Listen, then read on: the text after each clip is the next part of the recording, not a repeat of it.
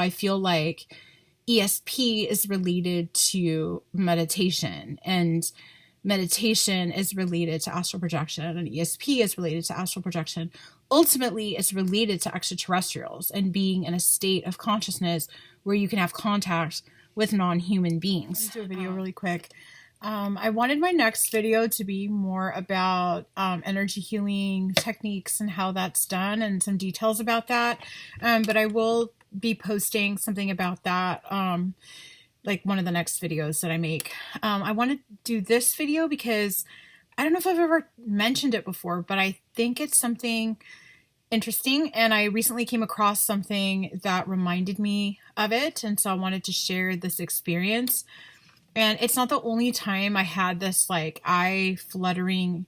Maybe I have talked about it in previous videos, I don't know, but I don't know if I've talked about this specific experience. So I do want to share it. I do want to share it really quick. One of the times I remember that I was meditating at my teacher's house, there were other people there, and it must have already it was usually an hour, like an hour meditation. And this was one of those times where this was at the end of the meditation, where my teacher actually asked each person that was meditating to say something.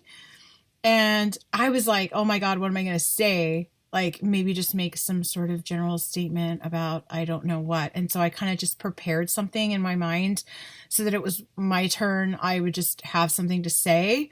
I don't know, maybe I was supposed to just let words flow, but I just wanted to be prepared. I don't remember what I said, but I remember I was good with what I said. What I do remember, though, that was unusual was that my eyes started fluttering. So my eyes are closed the whole time during meditation. And my eyes were like closed the whole time. I had on one of those, I actually had this on, like I just took it off. So there's like a little mark right there. But during meditation, my eyes were fluttering. Like my eyes were closed the whole time, but they started jumping like really strong. I can't think of any other time in life where my eyes would, not my eyeballs, my eyelids were fluttering. Like I would think of the wings of a butterfly or like a bee or something where they're moving and moving and moving. And it was like, wow, why is this happening? And why is it like, it wasn't hard to keep my eyes closed. It was just like this unusual thing. And what was interesting was when he turned to me, like when he was like a couple meters away in another chair, and I was on a couch, this curved couch, very large, and I was in an area, and no one was sitting like right next to me. There was space in between the people that were there. And when it was my turn, he asked me, and it was like, okay, I'm just going to say whatever. But what was happening was I had this really strong, like my eyelids were just like both of my eyes. And what happened was it felt like he took a spotlight and it was shining it right on my face. Really, really strong spotlight on my face. And I remember thinking like everything was quiet. But at some point I was thinking that happened while he asked me if there was anything I wanted to say. And I remember thinking like, it feels like he has a giant flashlight, like some sort of large spotlight, and he's shining it right in my face. It wouldn't make any sense for him to do that. I mean, a person could just open their eyes right away and see if, there's a giant flashlight or spotlight shining in their face. So he wasn't doing that. As far as I know, I didn't hear any clicking or him moving in any way to pick up a light. And it wouldn't make sense for him to do that anyway, because why? And that wasn't even talked about or anything afterward. It's been many years, like 10 years or more, since then. And so like, why would somebody just shine a light in your face while your eyes are closed, and just never speak of it and it never be anything? So I'm not really sure what that's about. I just actually recently encountered, there's this episode that I'm watching of a show that's talking about actually mentioning meditation, psychic abilities, and extraterrestrials. And I didn't know that those things were related. I just knew when I started meditating that abilities were starting to happen. And I would go to my teacher and tell him, like, hey, this is happening. Hey, that is happening. And it took some time to realize that he has some very special abilities. It took many years for me to figure out how he actually acquired some of those abilities. And it happens to be that he actually acquired some of them from a non-human intelligence. That's maybe like another video, or I don't know. I might have talked about it in a past video. I don't know. But it's just interesting. But it took a really long time of me knowing him and like being friends and stuff, where I just was like, hey, I know you can do so and so. And I said, hey, I know you can do that. Like, it's amazing. And to the degree of which he can do it. And then he just kind of explained through a story how it is that he acquired it, and that it was through non-human intelligence. So interestingly enough, there's this new episode here on the History Channel, and they're really, I think, starting to intensify the information. I think a lot of information is coming out. I think that because we are advancing technologically so quickly and with such intensity, particularly with AI, that we are bound to very soon probably start coming in contact with extraterrestrial beings, and more intelligent than human beings. Now that we're creating this superhuman, this super intelligence that we're in the process of creating with our collective consciousness, through AI. And I do think that there's actual real consciousness there, the structure under which consciousness can enter this reality. And that structure is being used with AI, and it's actually being hooked up to actual biological brain tissue as well. And there's also a digital, like, pieces of these like digital brains. And that design of the brain is the design under which consciousness can enter this place. And so I do believe there's consciousness behind it. I know, whatever, people can think whatever, and, there's all kinds of different opinions, but I really think that this is the direction that humanity is supposed to go. It's inevitable. I think that consciousness grows and changes and expands through exponentially, through exponential growth. And anyway, so I'm watching this episode, and I hadn't watched Ancient Aliens. I mean, they have all kinds of different stuff. I watched them in the past, and then I went a long time without watching them. I got into Stephen Greer for a while, and then when Lou Elizondo and Jeremy Corbell came out, then I started watching them, and that's really where my focus has been. And I now started watching a bit of Ancient Aliens, just to kind of see where they're at. Like, are they in the same place? But they're actually like really moving forward with information. So I started watching them again, and they have an episode where they're talking about the connection. And this is actually coming out, like Uri Geller has come out recently and talked about it, that SRI, the Stanford research, all the research that was being done on psychics at Stanford, and how there's actually connection between psychic abilities and ETs, like intelligence and psychic abilities, and like psychic abilities and ETs. So I got into meditation, and I was into like spirituality and just in general, like trying to figure out like what the world was about. And I was in my 20s. I'd had some precognitive experiences in the past, like experiences that I would describe as psychic. And I think they were possibly spontaneous. My brother, when I was 14 and he was 12, he got into astral projection. We had all sorts of different books, like lots and lots of books at home. Like, just, my dad had, we just had a lot of books. And my brother picked up an astral projection book, and he ended up reading all the astral projection books he could find in the house. And then he went to the library and found more. He ended up astral projecting at the age of 12. And I remember, so I've had like, my dad was into meditation and stuff too. So like, I've had these like, and my mom was in like this pseudo Christian cult, and she didn't know it was a cult. I'm not going to go into that too much, but she found out it was a cult and she left it, and that was that. So I kind of have like sort of like a mixed background of different, experiences that I've had, and just kind of belief structures and, stuff like that. So, yeah, and so I had a brother that at the age of 12, and he was trying to explain. I remember he like sat me down. I remember he sat my mom down. I guess he had sat my dad down at some point, and he was like trying to, in the most serious way, like explain his experience.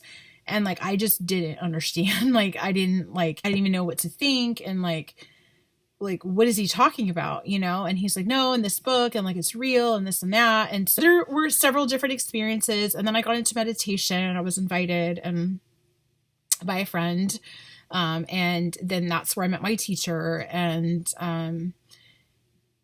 so anyway, so with meditation, these abilities start to develop. And when these abilities start to develop, for some reason, it led to a really extremely strong interest in extraterrestrials. And there's like this connection with it because meditation led to the development of different types of abilities. I guess ESP abilities, and then ESP abilities led to astral projection, and then astral projection led to extraterrestrial. And I've been interested in ET stuff for like a really long time, but it really intensified. I'm now realizing, especially like the past year, there's been some content that has come out through Lua Elizondo, and in particular, because I think he's like the main guy right now. George Knapp that broke the Phoenix Lights, the investigative reporter out of Las Vegas, him, Jeremy Corbell, Lua Elizondo, David Grush, and then there's Commander Fravor, some military people, and Christopher Mellon as well. So people that are coming out, and several other people as well. And I feel like the conversation is getting a lot more serious. So all of these things are connected. And I kind of like, if I think about the videos that I've made, like I've commented on those different topics because I do feel like they're all related. So I feel like ESP is related to meditation, and meditation is related to astral projection, and ESP is related to astral projection. Ultimately, it's related to extraterrestrials and being in a state of consciousness where you can have contact with non-human beings. And it just kind of flows. It just kind of ends up that way, or at least that's how it happened with me. And now I'm noticing that this is the case for other people as I search, because I'm just endlessly searching, because I just want to be and you know, receive the news as suddenly as possible. Any releases of any information. I think there's like another upcoming hearing on UAPs, aka UFOs, congressional hearing that's going to be taking place, I think, this year. So I'm just like always wanting to be on it and just see how things are moving forward. I do think that it absolutely has to be addressed, that it's inevitable that because we are advancing so tremendously with artificial intelligence, which, by the way, knows us and is telling us about ourselves. We're learning about protein, like how protein is shaped, like it's able to come up with new proteins. It's coming up with ways to grow food in more efficient ways. It's working on solving all these different illnesses. Like it's basically going to profoundly change the world, and it's going to connect people even more profoundly. Like this is probably the biggest thing ever. I'm really excited about that. And I think maybe that's why the issue of ETs is coming up so seriously the way it is, and how it's so carefully being disclosed that it isn't like a fringe topic anymore, that there's been a lot of effort over the past few years to remove the stigma of talking about UFOs. It's actually referred to UAPs now. I think the next step is to talk about the bodies that were retrieved like back in the 30s in Italy. I think it was northern Italy, which I think may be in the hands of the US government at this point. I think either during or after the war, it switched over into U.S. control, and I do believe that we have those bodies. I just found out recently that Uri Geller actually saw them. That it was that rocket scientist that showed it to him, von Braun. Anyway, so that recently came out. There was an interview of him. I guess I could link some of that stuff in the description of this video just to kind of reference like you know, what it is that I'm talking about. But anyway, the whole light thing, I started thinking about it. And actually, this episode that I'm watching actually talks about light and like how we produce light and how like we actually produce actual light, and that we can actually increase the production of light that we produce through meditation. And like light intensifies, can like multiply quite greatly with meditation. I don't know if that had anything to do with it. Maybe it was light that was coming from my teacher, because it felt like it was like an external thing. Wouldn't be surprised if he has the ability to like shine light. I did ask somebody about it. Like, it was another person that was meditating there, and I said, wow, like, I felt this is what I felt. And I don't know if I mentioned how my eyes were doing that. I think my eyes did do that as well. There was this other time when I was in meditation and I actually saw past lives, like 2 of them. Either they were ancestors of mine, like my lineage, 2 different lineages, or maybe I lived those lives. I don't know. But it was very interesting. And I ended up finding out things about places that I did not know. And I even knew like what the structures look like, and like what building materials they used, and like what it looked like. And when I went in to research about that place and that time period, it was like super accurate. And I had never been exposed to information regarding that part of the world before, really, like in that kind of detail. And I don't even think I knew of the country when that happened. During that experience I had for a period of time during the meditation, my eyes were doing that as well. It's this like jumping thing where it just, there's a lot of shaking in the eyelids. And I don't know if my eyes are moving back and I don't know what that is. But anyway, the really, really bright light thing has happened during the astral projection experience, that almost astral projection experience where I was getting instructions to cross over into the body of light. There was a super really bright light, and there was a really shaky, trembling, electric, super strong feeling. And then the other bright light experience is the one that I just talked about. Don't really know what that's about, but I just wanted to share it and just document it in a video because it's part of like all these experiences. I know I'm kind of all over the place right now in this video. But anyway, so I gotta take a shower and get to bed, but I just wanted to get all this information out and just share it. Yeah. So, okay.